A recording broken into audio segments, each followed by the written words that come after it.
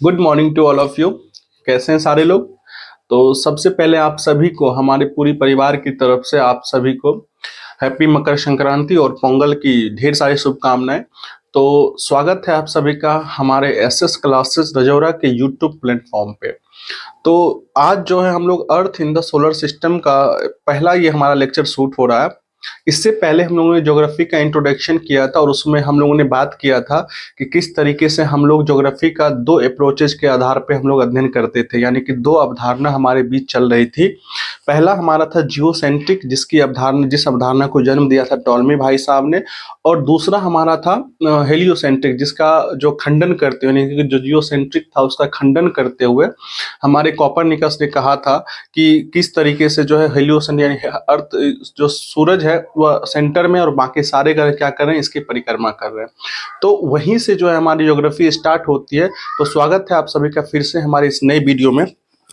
तो बेसिकली जो है हम लोग आपको दिख रहा होगा कि ऊपर लिखा हुआ है अर्थ इन द सोलर सिस्टम, और उसका हिंदी भी लिखा हुआ है सौरमंडल में पृथ्वी। तो जैसे कि हम लोग इसका अध्ययन करना शुरू करते हैं, यानी कि हम लोग यूनिवर्स का भी अध्ययन करते हैं, यानी कि जो ब्रह्मांड में क्या चीजें हैं हम लोग अध्ययन करते हैं, और साथ में हम लोग पृथ्वी का अध्ययन यहीं से स्टार्ट करते हैं। ठीक है, इसके बाद हमारा लेटीट्यूड लॉन्गिट्यूड स्टार्ट हो जाता है, फिर motion of the earth start होता है। इसी तरीके से, यानी कि जिस तरीके से हम लोग यूनिवर्स के बारे में सिर्फ 4% जानते हैं, तो बाकी जो है हम लोग पृथ्वी का अध्ययन करते हैं, और पृथ्वी के अध्ययन में हम लोग को पूरा का पूरा पृथ्वी के बारे में बताया जाता है। इसलिए हम लोग जियोग्राफी कहते हैं, यानी कि पृथ्वी का वर्णन करना हम लोग आपको पहले क्लास में बताया था। तो आपको ऊपर दिख रहा होगा पहला पॉइंट जो हमारा है वो खगोलीय पिंड है, यानी कि इसको सेलेस्टियल बॉडीज कहते हैं। और उसमें आप लोग को परिभाषा दिख रहा होगा सूर्य, चंद्रमा और वो सभी वस्तुएं जो रात के समय आसमान में चमकती है वो सब क्या कहलाती है, वो सब खगोलीय पिंड कहलाती है, यानी कि सेलेस्टियल बॉडी कहलाती है। आप लोगों को कुछ थोड़ा सा इसमें मैं बता दूं कि जो मैंने इसको अंडरलाइन किया है, इसको या फिर इसको इन्वर्टेड कॉमा में घेरा है, या इसको भी मैंने अंडरलाइन किया है। तो बेसिकली जो 10th और 12th के बच्चे जो इस बार बोर्ड का एग्जाम दे रहे होंगे, थोड़ा सा उस फोकस करेंगे इस चीज पे कि मान लीजिए कोई चीज को जब हमको इंगित करना होता है या फिर कोई चीज को हमको फोकस करना होता है तो उसको क्या करते हैं हम लोग, थोड़ा सा जूम करते हैं। तो उसी तरीके से अगर मान लीजिए आपका कोई एग्जामिनर कॉपी चेक कर रहा है तो उसको क्या है कि अगर आप अंडरलाइन करते हैं तो समझता है चीजों को, जो भी चाहिए, जरूरी नहीं इंपॉर्टेंट नहीं खगोलीय पिंड को ही, मान लीजिए कोई भी चीज, जैसे कि कोई वैसा वर्ड हम लोग लिख रहे हैं जिस पे हमको फोकस ज्यादा करना है, जैसे कि वैश्वीकरण पे हमको फोकस करना है, या फिर हम लोग कह लीजिए कि पारिस्थितिकी तंत्र पे फोकस करना है, तो बेसिकली उसको थोड़ा सा ना या तो हाईलाइट करें या फिर उसको अंडरलाइन करें या फिर इन्वर्टेड कॉमा में घेरे, या दूसरा पेन का यूज कर ले। वहां पे ब्लैक जैसे यूज कर रहे हैं तो आप ब्लू यूज करें, तो बेहतर क्या होता है दिखने में क्वेश्चन कॉपी जो आपका बहुत अच्छा सिस्टमेटिक तरीके से लगता है। ठीक है, तो मैंने आपको कहा कि सूर्य, चंद्रमा तथा वो सभी वस्तुएं जो रात के समय में देखने पे आसमान में हम लोग को देखते हैं तो क्या करते हैं, चमकता है, तो वो सब क्या कहलाता है, खगोलीय पिंड के अंतर्गत आता है। बेसिकली हमारा सूर्य भी क्या है, एक खगोलीय पिंड का पार्ट है। और तारा, यानी कि सूर्य भी एक तारा हम सब जानते हैं। तो बेसिकली तारा कहता है कुछ खगोलीय पिंड बहुत बड़े आकार के होते हैं और गर्म होते हैं। ठीक है, बहुत बड़े आकार के और गर्म होते हैं, ये गैसों से बने होते हैं और इनके पास अपनी ऊष्मा और प्रकाश होता है जिसका वो निरंतर और बड़ी मात्रा में उत्सर्जित करते रहते हैं। ठीक है, इन खगोलीय पिंडों को तारा कहते हैं। और यहाँ पे फिर मैंने लिखा है तो सूर्य भी एक तारा है, उसको अंडरलाइन मैंने किया है क्योंकि उसको मैं फोकस कर रहा था। ठीक है, तो जरा समझिएगा खगोलीय पिंड, सॉरी तारा। तो तारा जैसे कि आप लोग, जैसे बहुत सारे तारे जो होते हैं बहुत बड़े आकार के होते हैं, सूर्य तो फिर भी छोटा, उससे भी बड़े बड़े तारे हमारे ऊपर आसमान में हैं। तो बेसिकली तारा क्या होता है, उसके पास अपनी ऊष्मा और प्रकाश होता है। ठीक है, जिसका वो निरंतर निरंतर मतलब कि जैसे कि आज मान लीजिए कि आज आप सूर्य निकला और आपने उससे आज एनर्जी लिया। ठीक है, आप सोलर प्लेट लगवाते हैं, आप कपड़ा सुखाते हैं, आप कुछ भी विटामिन डी लेते हैं, तो बेसिकली आप आज ले लिया। अब क्या होगा, कल सूरज आपको बोलेगा भैया आपने कल बहुत ज्यादा मात्रा में आपने ऊर्जा ले लिया मेरे से, मैं कल नहीं निकलूंगा।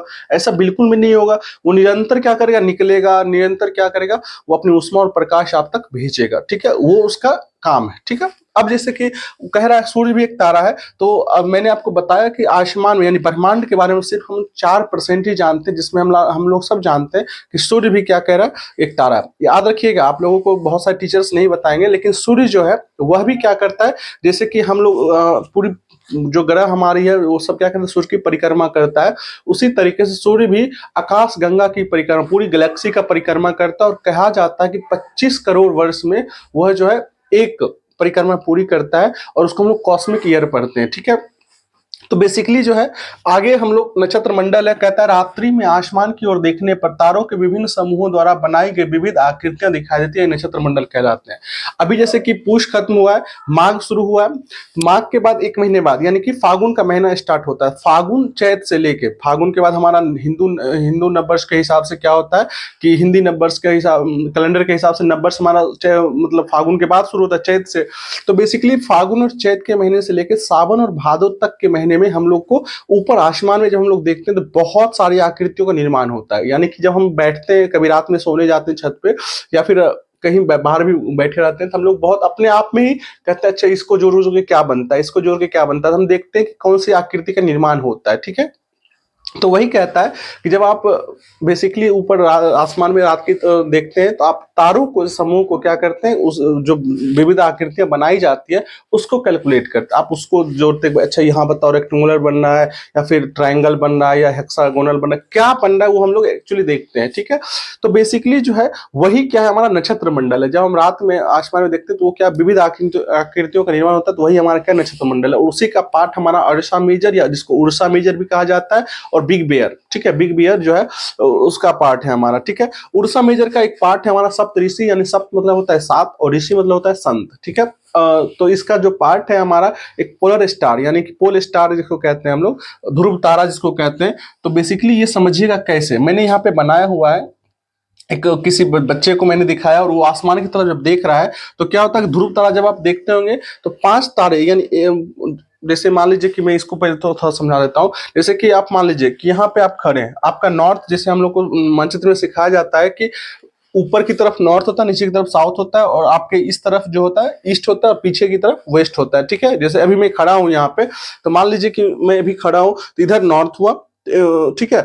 इधर मेरे पीठ की तरफ क्या होगा, साउथ हो गया, और मेरे लेफ्ट हैंड पे हमारा क्या होगा, हमेशा याद रखिएगा हमारा लेफ्ट हैंड पे हमारा उत्तर होगा और राइट हैंड पे हमारा दक्षिण होगा, ठीक है। उसी तरीके से हम लोग जो है यहाँ पे एक लड़का खड़ा है, वो अपने आसमान की ओर दिखता है, यानी उत्तर की तरफ देख रहा है, और उसमें हम लोग देखते हैं कि 5 तारा जो होता है, इस तरीके से 5 तारे होते हैं, और 2 तारा बगल में होता है, उसी के जस्ट ऊपर थोड़ा सा एक चमकीला तारा होता है, बहुत ज्यादा चमकता है वो, ठीक है।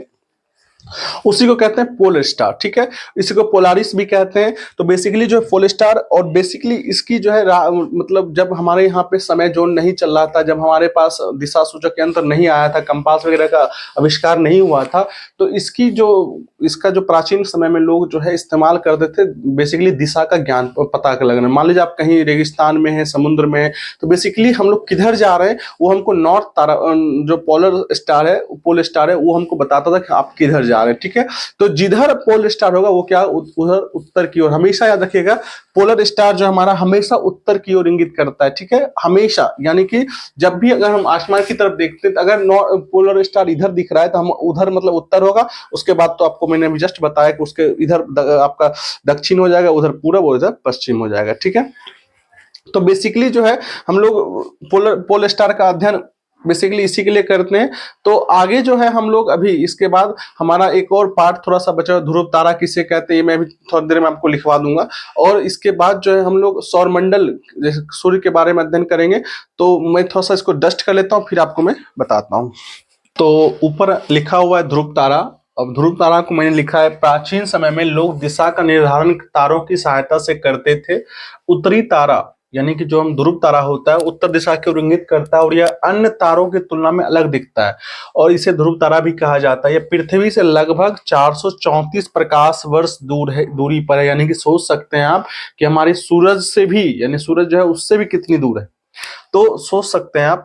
तो जैसा कि मैंने बताया ध्रुव तारा के बारे में, जरा समझिएगा ध्रुव तारा का कॉन्सेप्ट कैसा होता है। एक्चुअली मैंने अभी थोड़ी देर पहले ही आपको बताया कि जब हम लोग आसमान में देखते थे सबसे अलग दिखता है, कि एकदम चमकीला तारा दिखता है, और यह इतना चमकता है कि हमको गर्मी के मौसम में भी 5, साढ़े 5, 6 बजे के आसपास जो होता है ये तारा हमको दिखाई देने लगता है, जबकि हमारे यहाँ गर्मी के मौसम में 7, सवा 7 बजे सूर्यास्त होती है।